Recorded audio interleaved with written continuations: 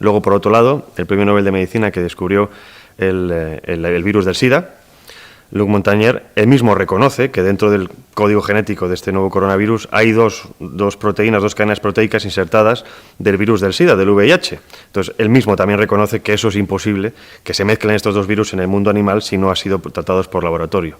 Luego hay otra corriente de investigación que señala una doctora china llamada Xi Zhengli, que por lo visto llevaba ya casi una década investigando el tema del coronavirus y había conseguido, al cabo de un tiempo, que mutara para infectar a chimpancés, que es, digamos, fisiológicamente bastante parecido al ser humano en ese aspecto. Entonces, yo me atrevo a decir que no es algo realmente natural. Es decir, el coronavirus sí existe en el mundo animal, pero no este coronavirus y, desde luego, no como ha afectado a parte de la población. Repito, quizá lo más importante no sea entender de dónde viene, sino las consecuencias. Y las consecuencias estamos viendo, ¿no? Un control absoluto de la población, una psicosis colectiva, con la excusa sanitaria están implantando un sistema totalitario a nivel global.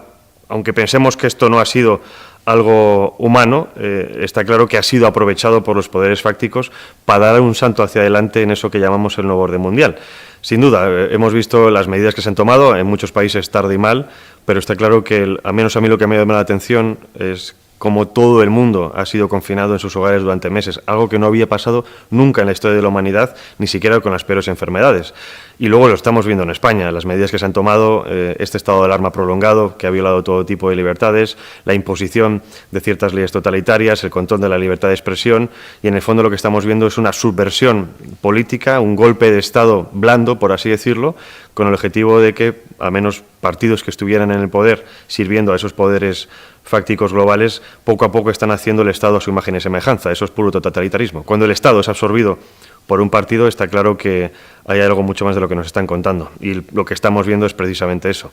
Menos libertades, más absolutismo político, menos libertad de expresión, más control de la población, y lo que nos están llevando es a ese paradigma futuro, que es casi una sociedad china mundializada, donde todos los ciudadanos estaremos completamente controlados continuamente, sabrán lo que hacemos, sabrán dónde estamos, quieren eliminar el dinero físico, en fin, es todo, parece que una película de terror, pero desgraciadamente es un hecho muy real. Las consecuencias del coronavirus ya las estamos viendo a nivel económico. Yo soy de los que piensan que este confinamiento ha sido mucho más radical de lo que tenía que haber sido, además, según dicen otros virólogos, pero sobre todo desde el punto de vista económico, porque estamos viendo la destrucción absoluta de la economía, al menos de nuestro país, España, ¿no? Ya hablan de una caída del PIB del 30%, estamos casi en 8,5 millones de parados, incluyendo los ERTEs, y eso es destruir, obviamente, la soberanía de un país. Si destruyes su soberanía económica, haces que toda la población sea dependiente de esos poderes. De ahí que vengan estos nuevos adalides de la libertad diciendo que esta nueva paga universal va a servir para mantener a esa población hasta cierto punto. Pero si nos fijamos la relación de ciertos personajes del Gobierno, como Pedro Sánchez, con George Soros, que lo llamo yo títere porque se ha reunido con él y además no ha comunicado al Consejo de Transparencia que se ha hablado en esas reuniones, vemos a este mismo George Soros, que es el que estaba utilizando Europa para empezar a que se empezara a hablar y aceptar el tema de los eurobonos, los bonos perpetuos, y eso hay que entenderlo como deuda perpetua. Es decir, cuando un país tiene una deuda perpetua, eso significa que no trabaja para sí mismo, sino que trabaja para los intereses de otros. Entonces tenemos, por un lado, una crisis económica, yo creo que hasta cierto punto buscada, para conseguir una debacle de los Estados-nación, para conseguir que la población, al ser sustentada por los mismos gobiernos que les controlan, necesiten ese dinero por parte del Estado para subsistir. Lo hemos visto en países como, por ejemplo, Venezuela. Entonces llega un momento en que la población no puede luchar más allá del día a día, tiene que luchar por subsistir, por lo tanto estás eliminando un problema del día de mañana. El Gobierno lo que no quiere en ningún momento es que haya un alzamiento, que haya una revolución por parte de la población, a pesar de todo lo que están haciendo, y la mejor manera es empobrecer a la población. Esto no es de ahora, esto se ha aplicado en cientos de años, es decir, cuando quieres dominar a una población lo que tienes que hacer es oprimirla, y es lo que estamos sufriendo hoy en día. Las consecuencias sociales, el distanciamiento social, la deshumanización de la sociedad, la deshumanización de las personas, la desconfianza en el vecino. Entonces, han creado una sociedad, desde mi punto de vista, psicótica, un gran hermano a lo grande, en el que todo el mundo nos estamos mirando, desconfiamos de nuestro prójimo y, por lo tanto, está rompiendo todas las relaciones sociales básicas. De hecho, uno de los periódicos de George Soros, Open Democracy, al principio de la pandemia, ya estaba llamando a la destrucción de la familia nuclear, como previo paso para conseguir la libertad de, ya sabemos, los colectivos LGTB, etcétera. Y ahí lo que subyace es la destrucción del último reducto de libertad del humano, que es la familia. Primero, obviamente como sitio de libertad, pero luego como transmisión de valores y como sistema de defensa último frente al totalitarismo de Estado. Lo que más me ha sorprendido es que precisamente no solo algunos periodistas como yo, sino que además los mismos gobernantes, estoy hablando de la ministra portavoz Montero, que dijo en una rueda de prensa que lo que llevamos es al nuevo orden mundial. De hecho, al presidente del Gobierno, en la sesión de control del 22 de abril, se le escapó, bueno, hubo ahí una contradicción entre unos papeles de su discurso filtrados a los medios de comunicación previamente, muy diferentes a los que dijo. Lo que filtraban los medios de comunicación, obviamente porque ya lo tenían, era que la pandemia tenía como objetivo la gobernanza mundial, entre otras cosas. Él cambió en el estrado tener como objetivo a tener como efecto. Entonces estamos viendo que de alguna manera todas esas piezas que desde hace años muchos veían de alguna manera inconexa ya se están encajando y ya están hablando de ese nuevo orden mundial. Por otro lado, activistas y filósofos estaban pidiendo a Naciones Unidas que hicieran una constitución universal. Entendemos muy bien por dónde va todo eso. Quieren eliminar el dinero físico, es decir, el control absoluto de qué se gasta, en qué se gasta y en dónde estamos. Y estos son los pilares básicos, es decir, primero, un gobierno único. Segundo, una economía única, queden como entes vacíos, no ya como estados soberanos, sino simplemente como reguladores de otras leyes que vengan a nivel internacional. Recordemos que en el caso europeo, el 80% de las políticas, al menos las que se aplican en España, vienen dictadas por Bruselas. Lo poco que nos queda suele ser política fiscal. Están mezclando una pandemia exclusivamente sanitaria con todo tipo de medidas políticas y económicas que no tienen ningún sentido. Espero que la población se dé cuenta cuanto antes porque vamos a un control absoluto. Cuando me refiero al comunismo para las masas, no quiero que la gente me entienda como algo ideológico, pero sí que me refiero al comunismo en cuanto a forma de Estado, es decir, un Estado absoluto que te dé trabajo, que te dé dinero, que no haya nada o prácticamente nada fuera del Estado y que no haya iniciativa privada. De hecho, esa destrucción de la economía va encaminado a eso. Es devastador. Y lo que estamos viendo, por otro lado, es que esta élite cada vez tiene más poder. De hecho, en esta crisis también ha aumentado su poder económico y, por lo tanto, su poder político.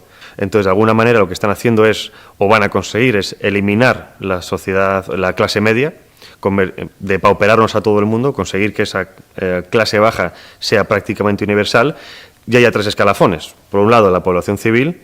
Por otro lado, la clase política, que se va a arrodillar y va a ser completamente servil de esos poderes internacionales, con el objetivo de mejorar su calidad de vida, y luego la élite global, política y económica, que va a ser la dueña del mundo. Lo que me temo de todo esto, y ya lo están advirtiendo algunos analistas y expertos en inteligencia, es que nos quieren llevar a un mundo despoblado. Es decir, esta gente que le gusta mucho el tema de la despoblación, lo llevan diciendo años, incluido Bill Gates, diciendo que somos muchos. Entonces vamos poco a poco encaminado a ese mundo en el que el ser humano no va a pintar nada, ya no somos el objeto máximo de la creación, sino que simplemente somos una herramienta más de los poderosos. Entonces ellos poco a poco quieren eliminar a esa población, quieren que se mantenga como pueda, porque en ese futuro que han diseñado para nosotros sobramos. Yo soy de la opinión de que este gobierno, en general ninguno de los últimos años, pero en concreto para nada trabaja para el bien de los españoles.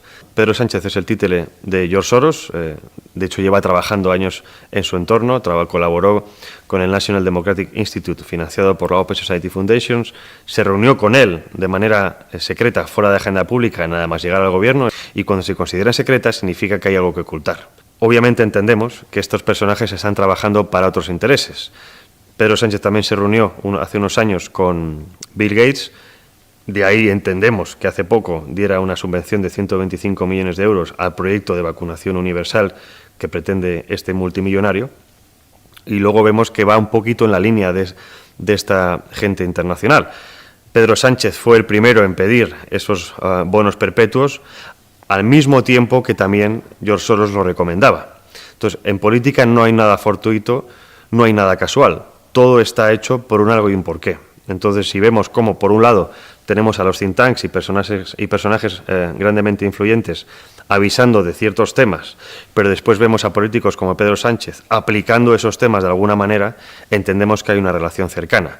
Y esto solo habla a nivel nacional, pero George Soros tiene influencia en Europa, por ejemplo, controlando hasta un cuarto de los jueces permanentes del Tribunal Europeo de Derechos Humanos. Entonces vemos claramente cómo hay una traslación entre los intereses de los ultrapoderosos que después van al nivel político y que después se traducen en leyes que nos afectan a todos. George Soros invirtió en el año 2011 en una empresa conocida como WuXi AppTec, centrada en temas de bioingeniería. En su página web podemos ver que está enfocado con temas de vectores virales, es decir, con el tema de testeo de virus. También está enfocado a otros temas clásicos de farmacológicos, pero lo que más llama la atención es esto. Pero no solo esto. WuXi AppTec es dueña de Fosun Pharma, que pertenece al nieto de Jiang Chen, el que se reunió con Bill Gates en el año 94 y antiguo presidente del Partido Comunista Chino. Y luego hemos visto que esta Fosun Pharma se alió con Gilead, la norteamericana, para sacar un producto llamado Remdesivir, que se está testeando hoy en día contra el coronavirus, aunque los efectos que pensaban no se están consiguiendo, igualmente siguen creciendo en bolsa. Pero por otro lado, George Soros también invirtió en la empresa española Grifols, con 38 millones de euros el mayo del año pasado, especializada en temas de hemoderivados, es decir, plaquetas, glóbulos rojos, temas de sangre, que ahora dicen que ha sacado un producto precisamente basado en los plasmas sanguíneos de personas que se han recuperado de la infección para poder tratar el coronavirus con eficacia. Entonces, a mí lo que me ha llamado la atención, y soy siempre de decir de follow the money, ¿no? Sigue el dinero para entender qué es lo que está ocurriendo. Si personajes como George Soros invirtieron hace años en empresas que a día de hoy se están forrando con el tema del coronavirus y entendemos a George Soros como uno de los máximos o de los más exitosos inversores de la historia reciente, yo soy de la opinión de que esta persona no da puntadas sin hilo. Por lo tanto, no creo que se hubiera arriesgado a invertir en empresas biotecnológicas en China, además con sede en Wuhan, o incluso en una empresa española dedicada a hemoderivados, si de alguna manera no sabía qué iba a ocurrir. Porque ahora mismo las acciones de Grifols, entre otras, han aumentado un 35%. Vale, con Bill Gates hay que tener en cuenta que lleva años avisando de que iba a venir una pandemia muy parecida al coronavirus, que iba a matar a 30 millones de personas en todo el mundo. Después de una charla, poco después, esto fue en 2015, poco después de una charla en las conocidas como TED Talks, en las que decía que la población iba a aumentar a 9.000 millones en los próximos años y que podría reducirla entre un 10 y un 15%, dicho textualmente por él, combinando tres cosas: vacunas, el sistema sanitario y lo que llama él salud reproductiva, que es el eufemismo para decir aborto. Y esto lo ha dicho alguien como Bill Gates, a pesar de que hoy en día se le blanquee la imagen diciendo que somos unos conspiranoicos, los que entendemos que él es un peligro para la humanidad, etcétera, etcétera. Personajes como él son los que están aplicando políticas para despoblar el planeta. Y no solo eso, también para el control del resto de la población, como se está aplicando en China. Bill Gates invirtió hace tiempo, Bill Gates, la fundación de Bill Gates, también Microsoft, invirtió en el proyecto conocido como ID 2020, que es una especie de pasaporte digital para el resto de la humanidad. Ellos siempre argumentan diciendo que hay parte de la población que no tiene ni DNI ni pasaporte y que esto facilitaría de alguna manera que todas esas personas tuvieran un registro. Siempre hay que mirar las cosas desde el otro lado de la valla. Cuando entendemos que les interesa un registro, no es por amor al prójimo, es obviamente porque les interesa un control de la población. Y por otro lado, un pasaporte digital en el que tuviéramos un registro de nuestro histórico laboral, de nuestro histórico médico, de nuestro histórico económico, porque lo que toda esta gente quiere es que todo, obviamente no lo suyo, sino lo nuestro, sea público, sea abierto y sea completamente controlado. Completamente. El peligro de las tecnologías que quieren implantar de control de la población, por mucho que las pinten positivas, y es cierto que algunas tengan seguramente algún uso positivo, está creo que lo que esconde es algo mucho mayor, ¿no? Que es la dictadura, lo que llamo yo el campo de concentración tecnológico. El tema de estas aplicaciones de control por el tema del coronavirus son peligrosas, primero porque vienen patrocinadas por Apple, Google, y están apoyadas también por los gobiernos. Apple y Google se aliaron con el gobierno español para implantar, no solo en España, pero bueno, obviamente hablo del ámbito español, pero para implantar estas aplicaciones de control que de alguna manera dicen que activarían de manera perpetua nuestro Bluetooth para que, precisamente, mientras vamos por la calle, pues compartan información nuestros dispositivos móviles. Esa aplicación tendría que tener información de nuestro registro sanitario, que se compartiría con el Ministerio de Sanidad y posiblemente con terceras empresas. Entonces estamos viendo a día de hoy cómo la gente ha dado completamente sus libertades, que nos ha costado cientos de años conseguirlas, de la noche a la mañana simplemente por el miedo a un virus. Es decir, nos han convencido de que tenemos que dar nuestra libertad de expresión, nuestra libertad de reunión, nuestra libertad religiosa, con el objetivo de no ser una especie de bomba atómica biológica. Primero es tecnología militar. Todo lo que llega a la población siempre primero es tecnología militar, que después tiene aplicaciones sociales. Pero está claro que este 5G, teniendo en cuenta que multiplica creo que por 100 el ancho de banda del 4G, está claro que es para poder controlar, para que pueda caber todo el flujo de información que van a recibir las empresas tecnológicas de todos nosotros a partir de ahora. Es decir, lo que hemos visto hasta ahora por los dispositivos móviles, etcétera, es un cuento de niños con lo que viene ahora, ¿no? Están implantando cámaras de lectura biométrica, están implantando cámaras térmicas y todo eso obviamente no es posible manejarse de alguna manera si no se tiene el ancho de banda necesario, y ahí es donde viene el 5G. A mí me llama la atención los tiempos, sobre todo de implantación. Recordemos que el 5G sale en China, si no me equivoco, en septiembre-octubre del año pasado. 2 meses después surge la pandemia del coronavirus a nivel global y a día de hoy hay artículos que dicen que el 5G es la manera para combatir el coronavirus. Entonces, volvemos a lo mismo, está mezclando algo sanitario con tecnológico, político, económico, social, en el que la población se pierde, pero hay que focalizarse. El 5G no es otra cosa más que el camino o, digamos, el barco que va a permitir a los grandes poderosos que toda esa información esté bien manejada y bien controlada.